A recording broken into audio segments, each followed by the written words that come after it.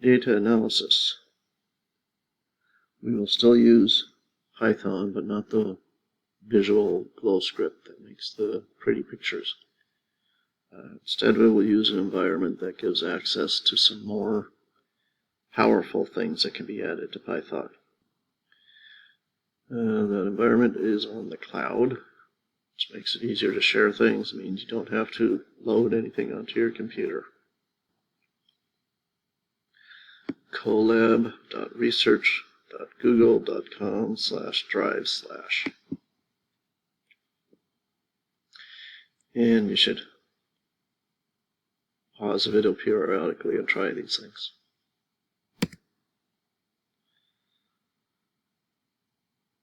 You might not see this particular window.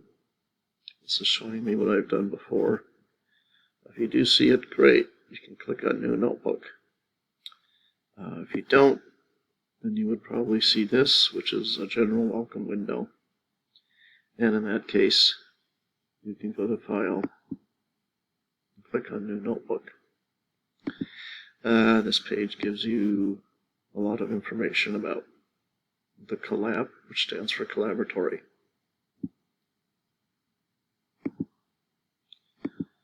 New Notebook. Collaboratory, you are making what's called a notebook. You can have code cells. That's what you see now, the little play button on the left. Cursor is blinking. This is a place where we can type some code. So something similar to what we've done before, print, say 2 + 2. There are several ways you can make the code happen.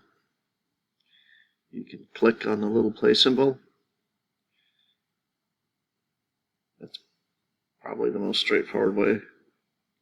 Or hold down the Shift key and press Enter.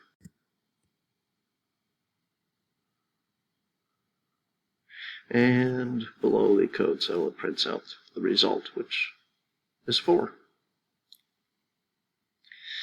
Cells can also be not code, but just text, things that are explaining what you're doing. So that's why this is called a notebook, where you can have different things, where you have data, graphs, pictures, text, whatever, all interspersed.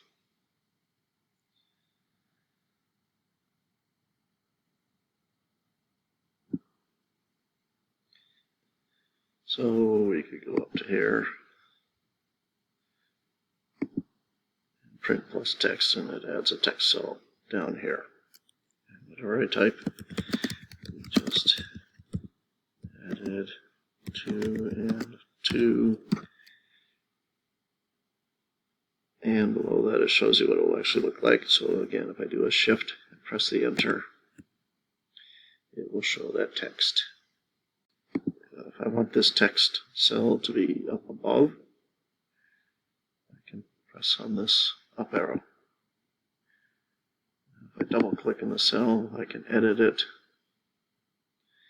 We will add 2 and 2. Control Shift Enter. You can't just edit by highlighting and trying to do something. You have to actually double click within it, and I overdid it there.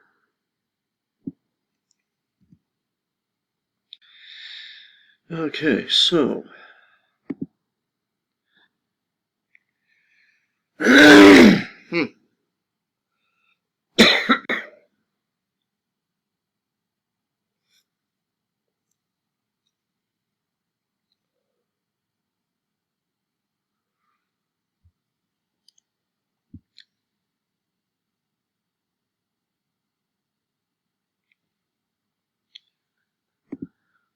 So maybe for a particular experiment, I did data in a certain way, and I got the number 0, 1, 4, 9, 16, 25, 36, 49, 64.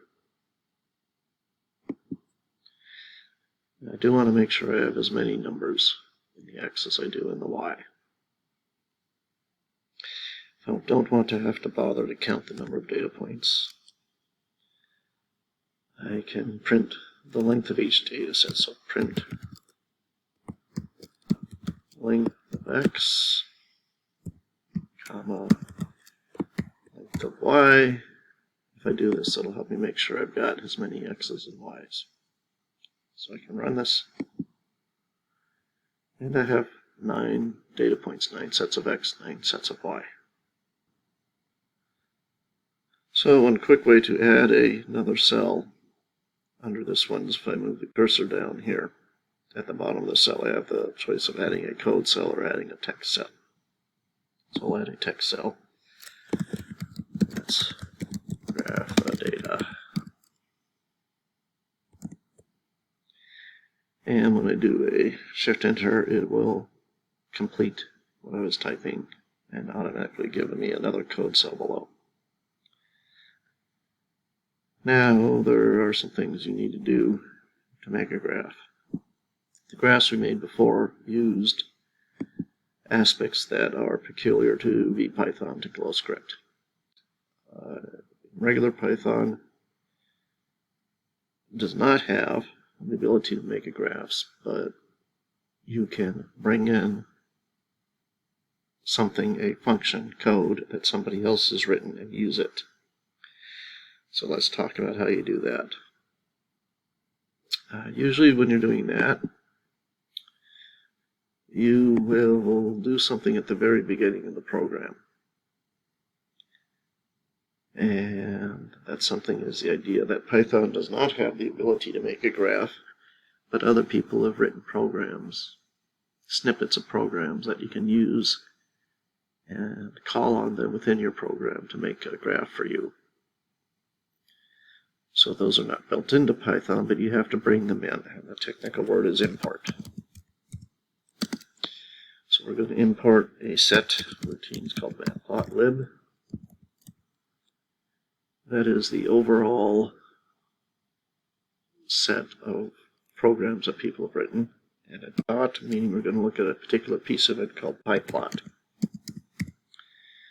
So matplotlib.pyplot refers to a specific set of routines we can use to do graphs. And a space. And I don't want to have to type all of that every time I want to bring in these particular codes. So I'm going to give it a nickname as PLT.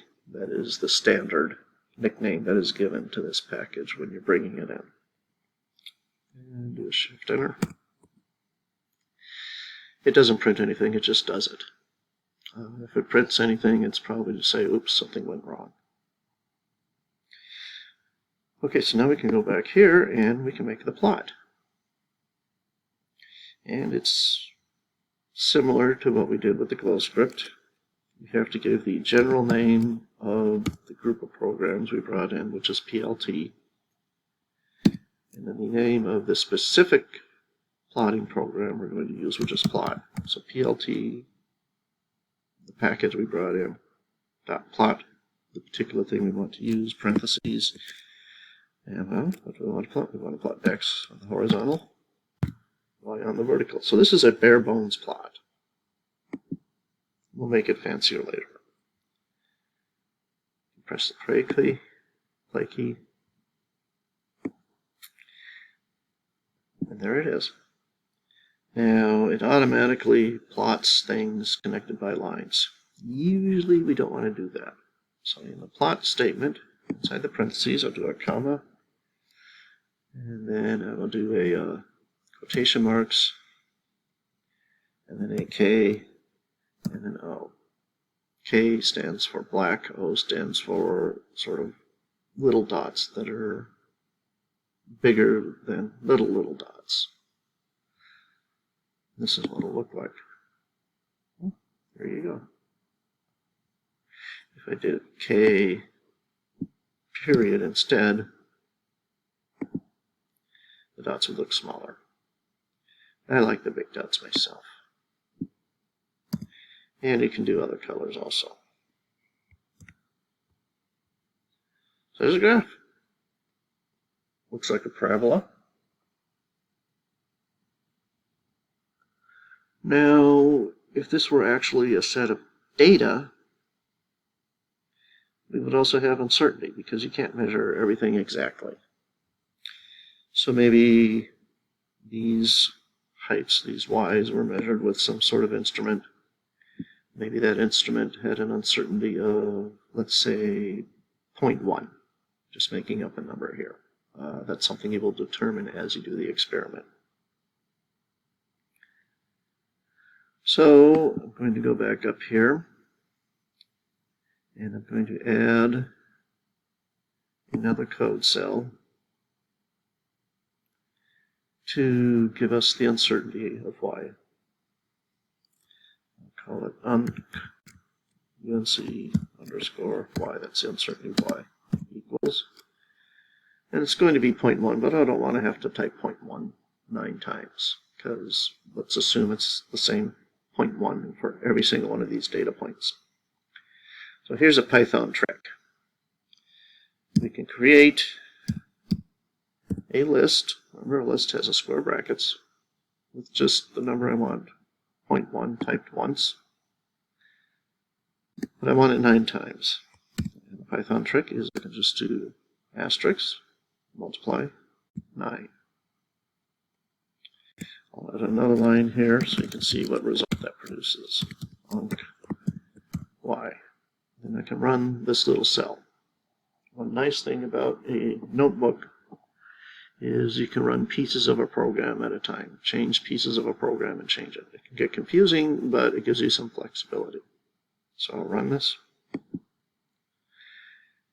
And it gave me that 0.1 and basically added to that list so that I have a total of 9. 1, 2, 3, 4, 5, 6, 7, 8, 9. Okay, so now we can plot error bars. So we'll go to my plotting cell. I'll add a code cell below it. Except now you want to use a different function. Before I do that, I forgot the maxim of give something a name. So graph data.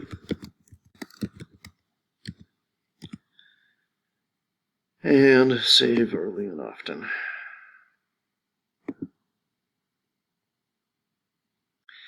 Okay, so the function we want now is the package is plt, that's our nickname for the matplotlib pyplot, dot error bar.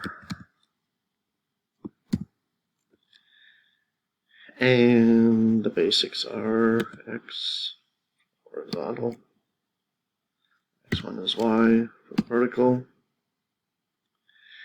and it's giving us a hint here. It says y error, so that's saying that y error is the name within this function that it is using for our list of errors, which was unc underscore y. This is the bare bones plotting with error bars. And again, we can do some formatting with it. Comma fmt equals quotation marks bx, that's one type of format. And I'll show the little error bars with x's indicating where the points are. And then we add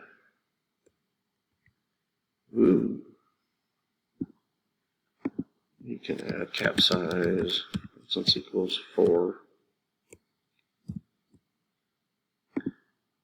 And we can see something indicating the size of errors, which is very small on this scale.